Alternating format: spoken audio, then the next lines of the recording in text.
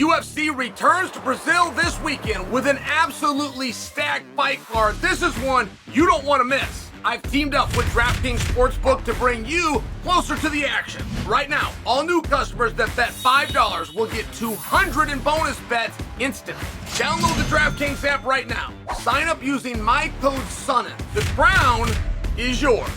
Staying on the action and use your $200 in bonus bets on DraftKings same-game parlays for a shot at an even bigger payout. Combine multiple bets together from the same fight, including number of rounds and method to victory. The more bets you combine, the more you can win. If sports betting is not yet available in your state, you can still join in on all the fun with DraftKings Daily Fantasy with a shot to win all sorts of prizes. Download the DraftKings Sportsbook app right now. New customers can bet just $5 on any fight and receive $200 in bonus bets instantly with promo code Sonnen only at DraftKings Sportsbook. My official prediction for Lionheart versus Pacino, I am taking Anthony Smith. Now, do I have a biasness towards Smith? Yeah, sure I do. I can see beyond those, though.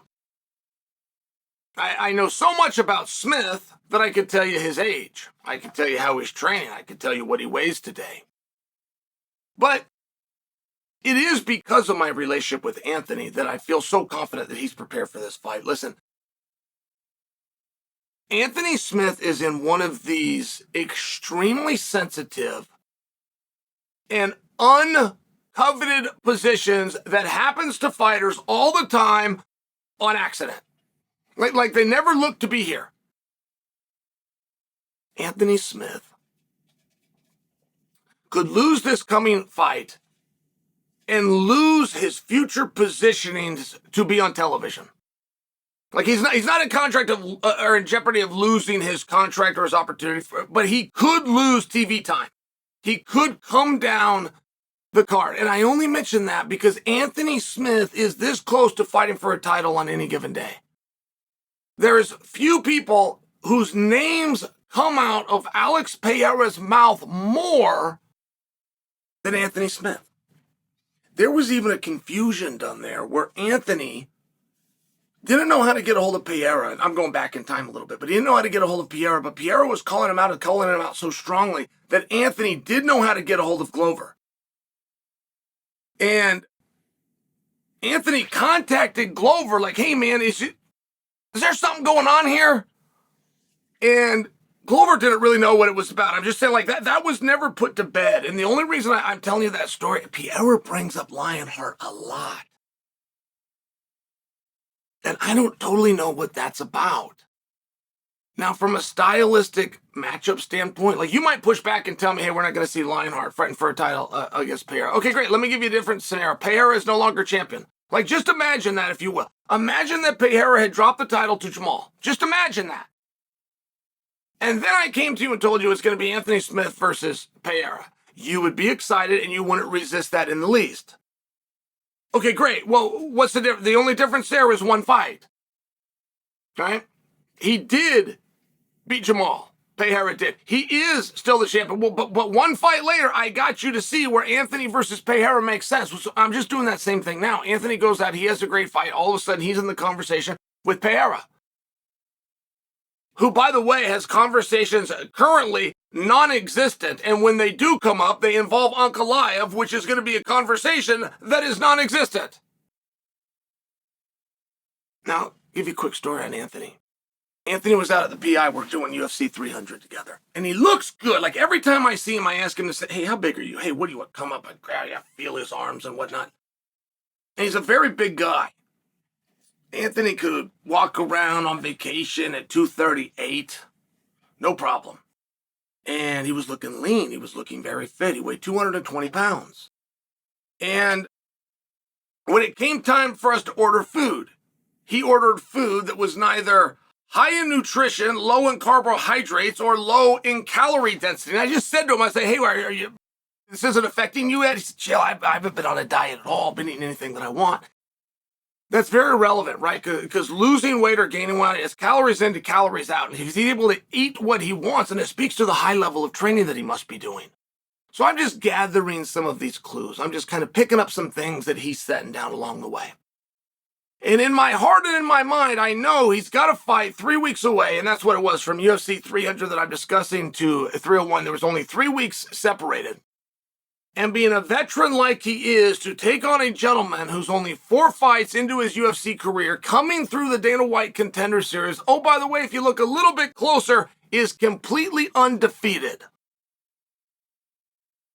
Young guys like that are getting matched up with veterans for a reason, and it's not to serve the veteran.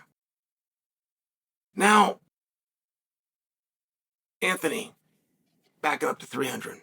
Slips off, he's going to go over to the PI. He goes to the PI, he's getting a workout in. While he's in the PI getting his workout in, Jamal Hill, who was about to be the main event for the world title, calls him over, and all of a sudden a sparring session opens up. And it doesn't end for 25 minutes. They end up doing 5-minute rounds, which, by the way, is like the new thing. Guys are doing that now. It used to be on fight week, you did not spar, but you didn't even consider it. I don't know that I have personally witnessed once guys travel. So once they travel to the location, now they're living in the hotel and such. I don't know that I've ever witnessed sparring of any degree.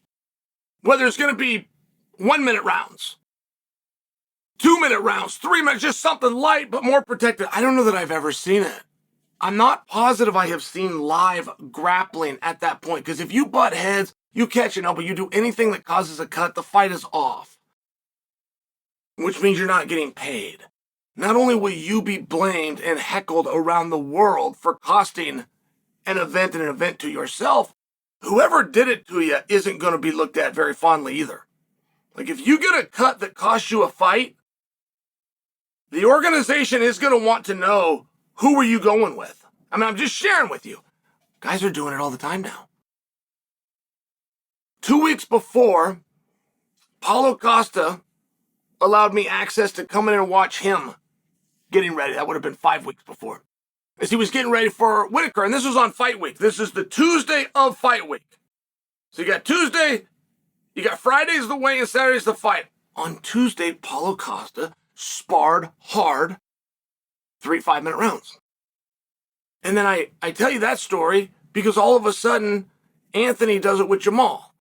But Anthony tells me that as soon as they got done, Max Holloway and his partner went out with the little gloves and went to war for 5 fives. I've just never heard anything like it. I'm merely sharing with you guys. When one thing happens in our sport that finds success, then it happens to our entire sport. And it wouldn't matter if a guy was going on a diet. I can remember the alkaline diet. Dr. Ryan Parsons and champion Randy Couture helped to make this thing famous. Eating a lot of spinach and things like this. I'm going way back though, guys. I'm going back to 2001. These are just things that I remember. And then we used to spar every single day. When I would show up to practice every single day, we would ask each other one question.